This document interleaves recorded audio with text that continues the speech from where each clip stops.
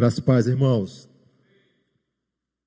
Mais uma vez, alegria renovada por estarmos na casa do Senhor, cumprindo e caminhando segundo a vontade do Pai. Saudando os nossos irmãos que estão aqui presentes no templo da nossa igreja e aqueles que nos acompanham pelas redes sociais, através dos canais da Igreja Presbiteriana 12 de agosto. Quero assim encorajar o irmão, a irmã, aquele que está presente aqui, aquele que nos acompanha pelas redes sociais, a fazer uma visita na congregação em Aruana. A congregação em Aruana é a mais nova congregação da Igreja Presbiteriana 12 de agosto. E ela tem recebido assim os irmãos de forma alegre, de forma regozijante. Vá também você e faça uma visita. Fica na rua Maria da Glória, no loteamento Jatiuca, ali na área de expansão do bairro da Aruana. Está no boletim da nossa igreja, nas redes sociais, muito fácil. Você pode acessar também o Face da Igreja da Congregação Presbiteriana da Aruana e pegar todas as orientações. O André está projetando na tela também agora, os horários de culto, quarta-feira às 19h30, no domingo, Escola Bíblica Dominical, às 9 horas da manhã e às 18 horas, culto de adoração e louvor. Eu quero compartilhar um texto da Palavra do Senhor, que está no Salmo de número 119, versículo de número 71, apenas o versículo de número 71, Salmo de número 119, versículo de número 71. Vamos ler todos juntos, queridos? Foi-me bom ter eu passado pela aflição, para que aprendesse os teus decretos. Vamos novamente? Foi-me bom ter eu passado pela aflição, para que aprendesse os teus decretos. Vamos orar. Bondoso Deus e Pai, louvado seja o teu nome. Bendito e excelso é o nome do Senhor.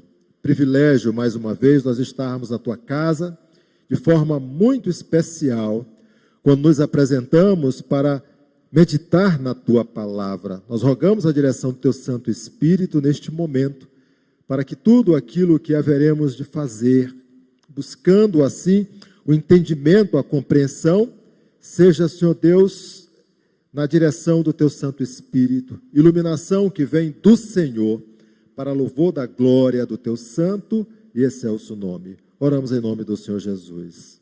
Amém. Irmão, o Salmo 119 é aquele salmo que está no quarto livro do Saltério. Eu considero, pois, essa também é uma indicação dos teólogos, que é aquele que mais aborda com uma didática apropriada e faz uma exposição do Saltério de forma categórica, é o autor norte-americano Palmer Robertson, quando ele trata dos fluxos dos salmos. E quando nós olhamos para o salmo no livro 5, que vai do salmo 107 ao 150, ali está, portanto, o salmo 119, que trata assim da restauração do exílio. São salmos de uma época que são utilizados no contexto do cativeiro. O salmo que está sendo tratado aqui, o 119, ele não traz assim nenhuma indicação de autoria e nem das circunstâncias mais específicas a qual ele foi escrito. Mas nós temos a convicção, e através dos comentários deste salmo, a convicção, claro, de que ele é o mais longo, ele é aquele que equivale a aproximadamente 22 salmos juntos, pela extensão do salmo de 176 versículos. Esse salmo, ele é um acróstico baseado nas 22 letras do alfabeto hebraico.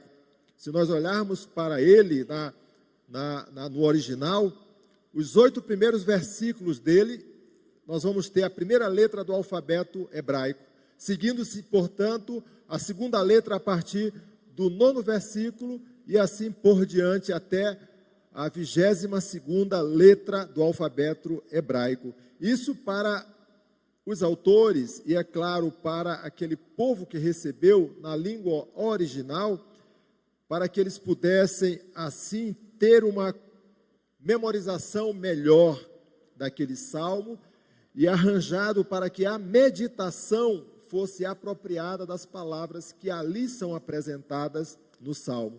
O propósito desse salmo é tratar apenas, única e diretamente de um tema, a lei do Senhor.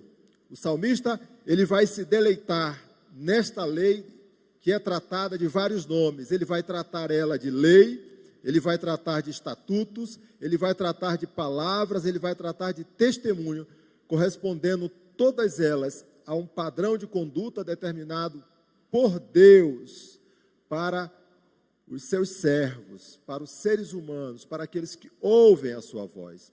O salmista, ele vai nos lembrar, portanto, que a palavra de Deus, ela é sempre poderosa.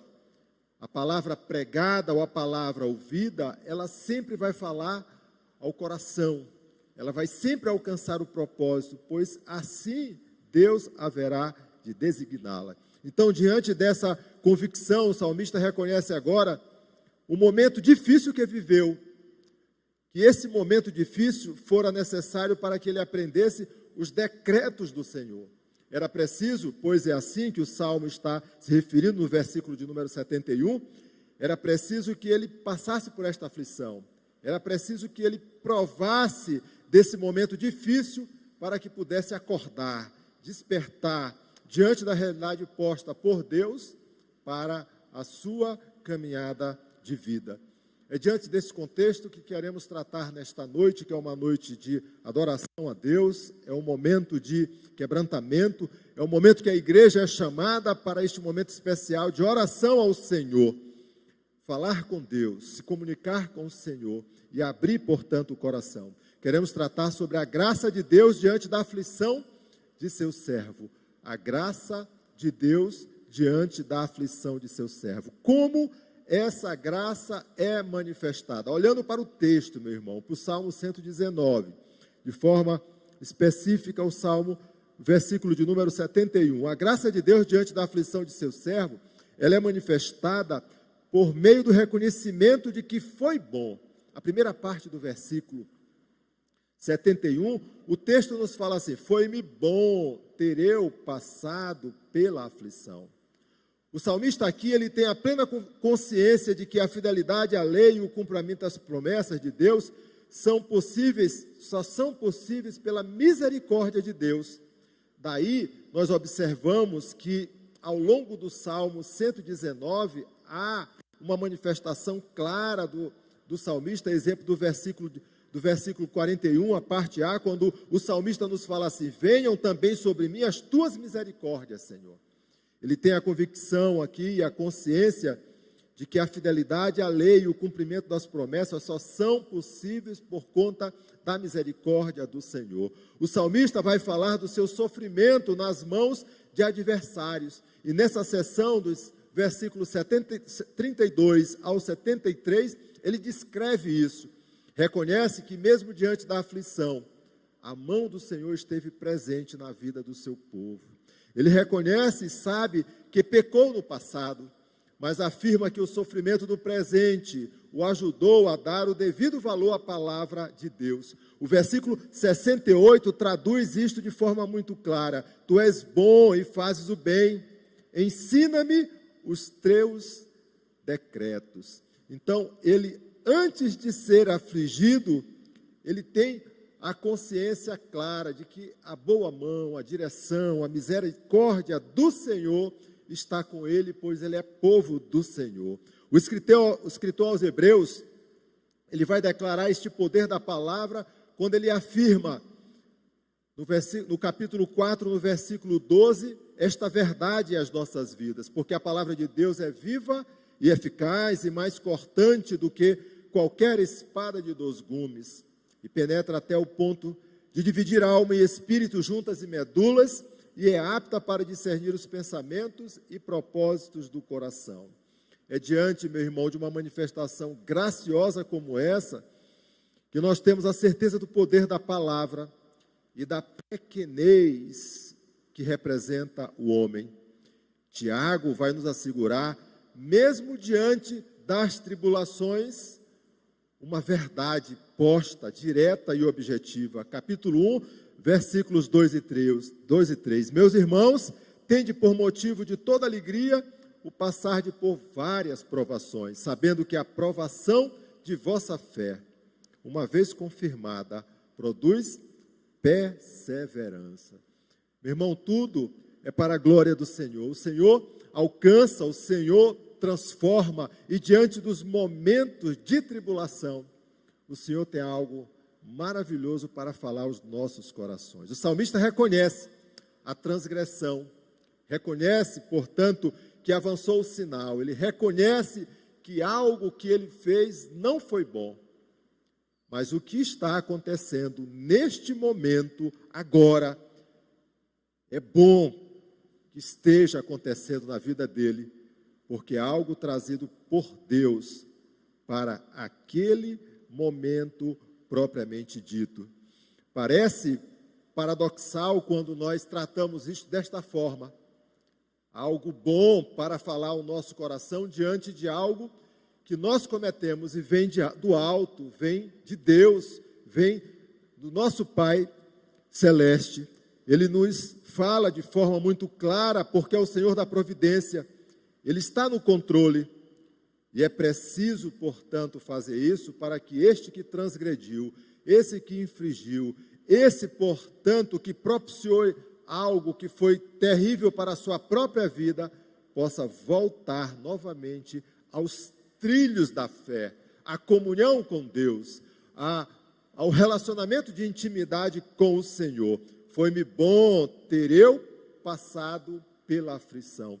Quando nós olhamos textos como esse, nós lembramos do rei Davi, deste homem segundo o coração de Deus, mas que caiu em tentação, que pecou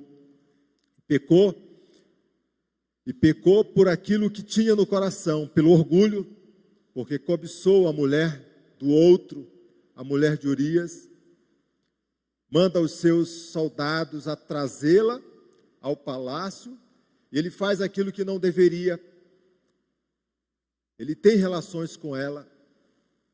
Não bastasse apenas esse primeiro aspecto do adultério, do rompimento, portanto, contra o próprio Deus, ele vai fazer algo terrível, considerando que aquela mulher, ela vai conceber, ela está grávida, ela vai dar, portanto, à luz a um bebê, a uma criança. Ele chama o esposo dela, tenta, portanto, subverter aquilo que ele tem no coração, porque ele amava o rei, e vai para a linha de combate, defender, portanto, o rei e todo Israel. Mas o rei o chama e o coloca na linha de batalha para que ele possa morrer, e assim acontece. Quando nós olhamos manifestações como essa, nós lembramos de forma muito clara aquilo que o salmista está nos falando aqui. Foi-me bom ter eu passado pela aflição. O rei Davi vai passar pela aflição, e ele vai reconhecer diante do profeta Natã, diante daquele homem de Deus que o confronta com tudo aquilo de mal que ele fez, quando Deus tudo de bom havia colocado diante dele. E levou ele ao trono de Israel. Deu, portanto, poder, dirigiu toda a vida dele, e mesmo assim ele subverteu a ordem, e não se lembrou do Senhor em tudo aquilo que o Senhor havia colocado diante dele. Agora Deus vai falar ao coração dele, no Salmo de número 32 e no Salmo de número 51, este homem se coloca diante do Senhor e reconhece o erro, o pecado, e enquanto havia, portanto, dureza no seu coração, os seus ossos e a sua carne era duramente afligida pela mão do Senhor diante daquilo que ele estava fazendo, de que ele vivia. Por isso, o salmista fala ao nosso coração neste momento: foi-me bom ter eu passado pela aflição. A graça de Deus diante da aflição de seu servo, ao tempo em que se manifesta por meio do reconhecimento de que foi bom, como segunda lição, ela se manifesta pela certeza de que ele passou pela aflição. Irmãos, tem pessoas que ficam recalcitando os momentos de tribulação pela vida toda. Ele já passou, aquele momento já foi superado. Mas volta e meia é como se tudo ainda estivesse acontecendo na vida. E aí ele fica se colocando numa condição de vítima a todo tempo, como na verdade ele não é vítima, ele é o culpado mesmo, mas ele foi perdoado, ele alcançou a graça, a bênção do Senhor, mas ele não consegue, portanto, despertar para aquilo que o Senhor colocou diante da sua vida. O texto nos fala que essa graça de Deus diante da aflição de seu servo agora é pela certeza de que ele passou pela aflição. A segunda parte do versículo nos fala assim, foi-me bom, a primeira parte, ter eu passado pela aflição. Quando nós consultamos algumas versões, entre elas a versão internacional, o texto lá, ele é um pouco mais elucidativo e nos fala assim, foi bom para mim ter sido castigado. A forma verbal, na versão que nós costumamos adotar na nossa igreja, a igreja presbiteriana, é a versão revista e atualizada. E ela nos mostra esta apresentação, da classificação da língua portuguesa, da análise sintática. O verbo está apresentado aqui, é um verbo do particípio, ter eu passado, indicando uma ação real. A ação aconteceu, ocorreu, porém, ela foi finalizada, ou relacionada com o passado. Ela foi superada. O tempo, portanto, avançou. E Deus proveu aquilo que era necessário de acontecer. Denota uma ação apresentada pelo salmista que foi superada. Ela não existe mais. Foi-me bom ter eu passado pela aflição. Ele reconhece a bondade do Senhor, pela sua graça que foi derramada nele, pois algo ele havia feito e era terrível. E o Senhor colocou isso diante da vida dele, mas foi superada, passou. O povo de Deus, ele foi afligido quando nós observamos a história do povo de Deus por 430 anos de escravidão no Egito. Peregrinou por 40 anos no deserto, quando saiu do Egito. Em aflição, meu irmão, em aflição.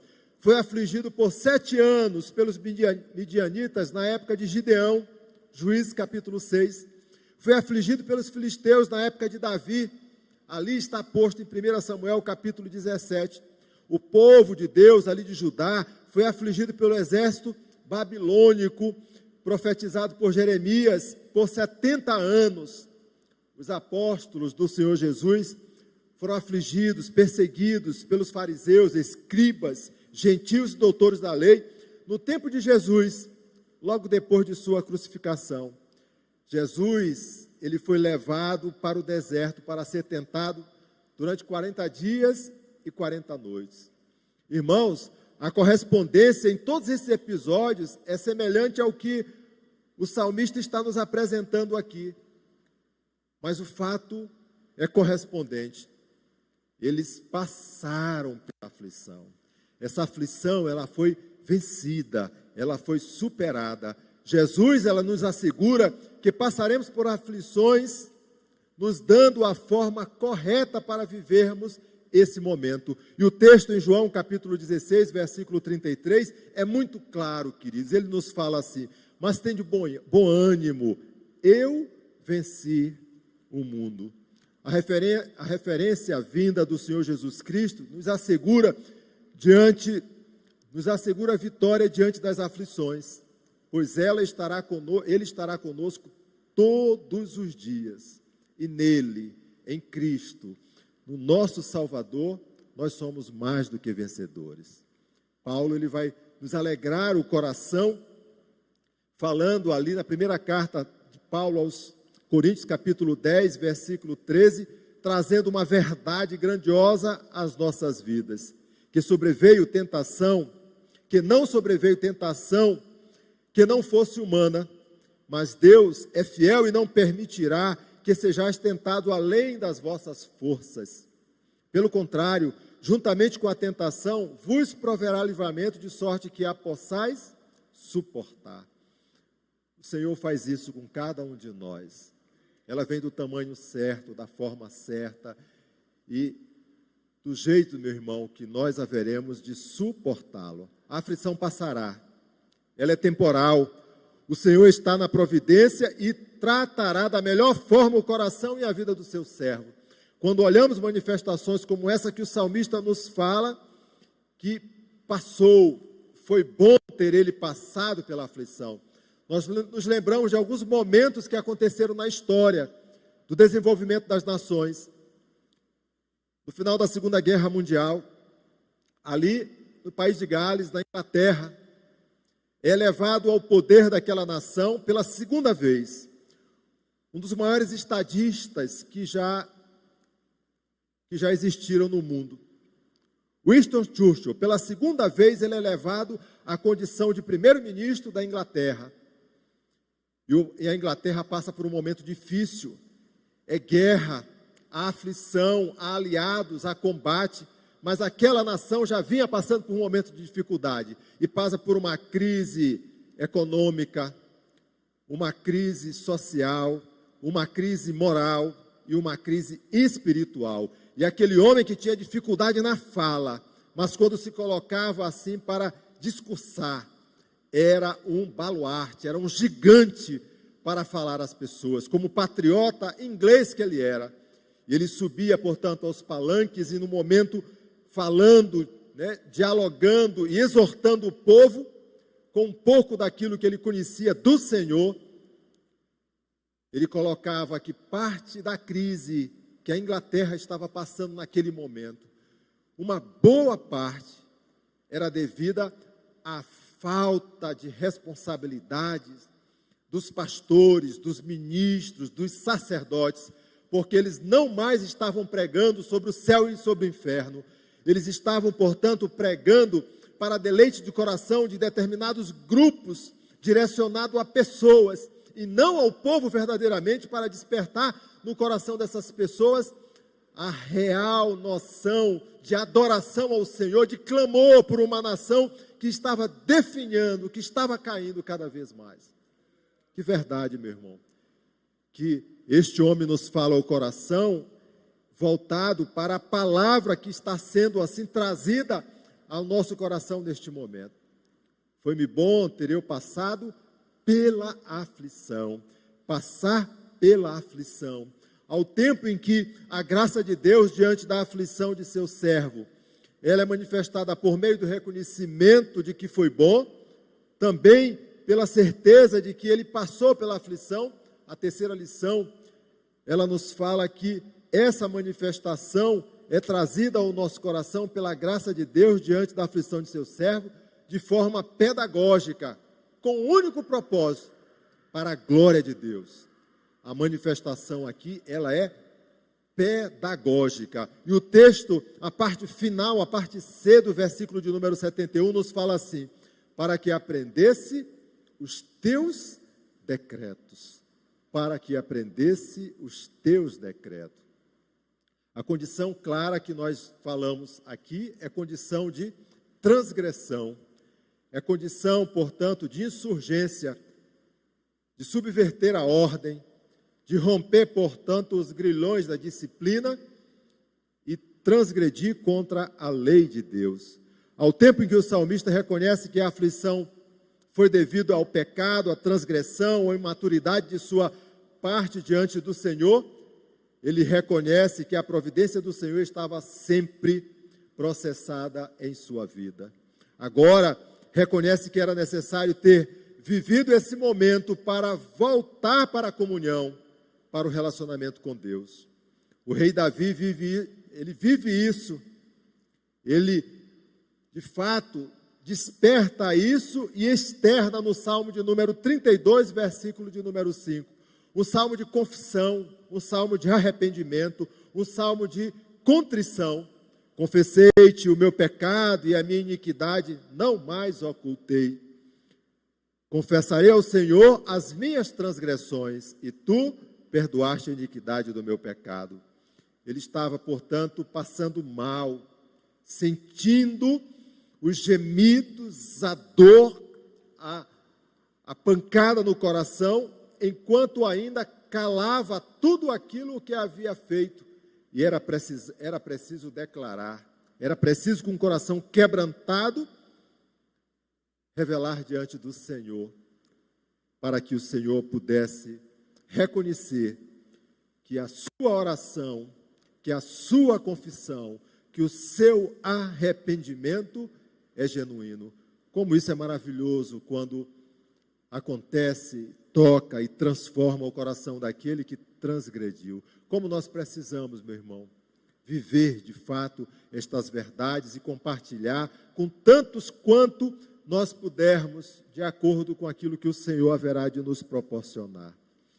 O salmista aqui está voltando novamente diante da realidade que o Senhor coloca na sua vida. Deus não somente opera sua justiça por meio do perdão, concedendo ao seu servo restauração para caminhar em comunhão, como também o fortalece diante do aprendizado para que saiba que onde abundava o pecado, agora vai superabundar a graça mediante Cristo, nosso Senhor e nosso Salvador. Deus, ao firmar aliança com o seu povo, ele declara: eu sou o Deus Todo-Poderoso, anda na minha presença e ser perfeito. Gênesis capítulo 17, versículo de número 1. O que Deus requer de cada um de nós, o que Deus requer da minha e da sua vida, é fidelidade, meu irmão. Deus requer fidelidade, que possamos nos colocar diante dele com o coração quebrantado e desejoso, mesmo possamos transgredir, mesmo diante das circunstâncias em que avançamos o sinal e colidimos com aquilo que é tão precioso contra a palavra do Senhor, mas que possamos abrir o coração e ter a convicção de que essa não é a condição própria que ele requer de nós. Ele requer fidelidade. A ação pedagógica sempre será para a glória do Senhor. É um voltar, é um recomeço, é, portanto, um despertar no coração para estar novamente na presença do Senhor Jesus. 2 lições para a igreja esta noite, finalizando este momento. Nós precisamos lembrar que vivemos tempos difíceis, nós vivemos tempos de dificuldade, nós vivemos tempos de contrição, momento de aflição, mas precisamos entender que Deus tem sempre o melhor para o seu povo. Ele quer o melhor para mim e para você, Ele quer o melhor para a sua igreja. Por isso, meu irmão, ao tomar a decisão, ao escolher um caminho, escolha aquele caminho que é o caminho que conduz necessariamente a sua caminhada para Cristo, para nosso Senhor e nosso Salvador. Deus tem sempre o melhor para o seu povo. A segunda lição: tudo deve colidir para a glória de Deus. Antes de estabelecer, portanto, a sua rota, antes de ter determinado já aquilo que haverá de acontecer, pense, ore e coloque na centralidade da sua vida Cristo, nosso Senhor e nosso Salvador. Tudo para a glória do Senhor. Não importa o tamanho da aflição que você está vivendo, mas tenha a certeza de que Cristo Jesus, nele, nós somos mais do que vencedores. Louvado seja o nome do Senhor. Vamos orar neste momento. Bondoso Deus e Pai, nós exaltamos e bendizemos o Teu nome, pelo privilégio de estar na Tua presença, de ter sido trazido à Tua casa e ter nos escolhido, Senhor, para caminhar segundo a Tua vontade soberana. Nós oramos em favor da vida de cada um desses Teus servos que estão presentes hoje aqui na Igreja Presbiteriana 12 de agosto e todos aqueles que estão nos acompanhando pelas redes sociais. E os mais, Senhor Deus, que por alguma razão não puderam estar aqui presente, não podem estar acompanhando neste tempo, que o Senhor os acolha com toda sorte de bênção, fortaleça-os na caminhada de fé e desperte, Senhor Deus, aqueles que por alguma razão estão assim, fora do contexto daquilo que o Senhor tem, quer e deseja para a sua vida. Que eles possam, assim como o salmista, Senhor, serem tocados, serem assim movidos no coração para voltarem à centralidade da fé.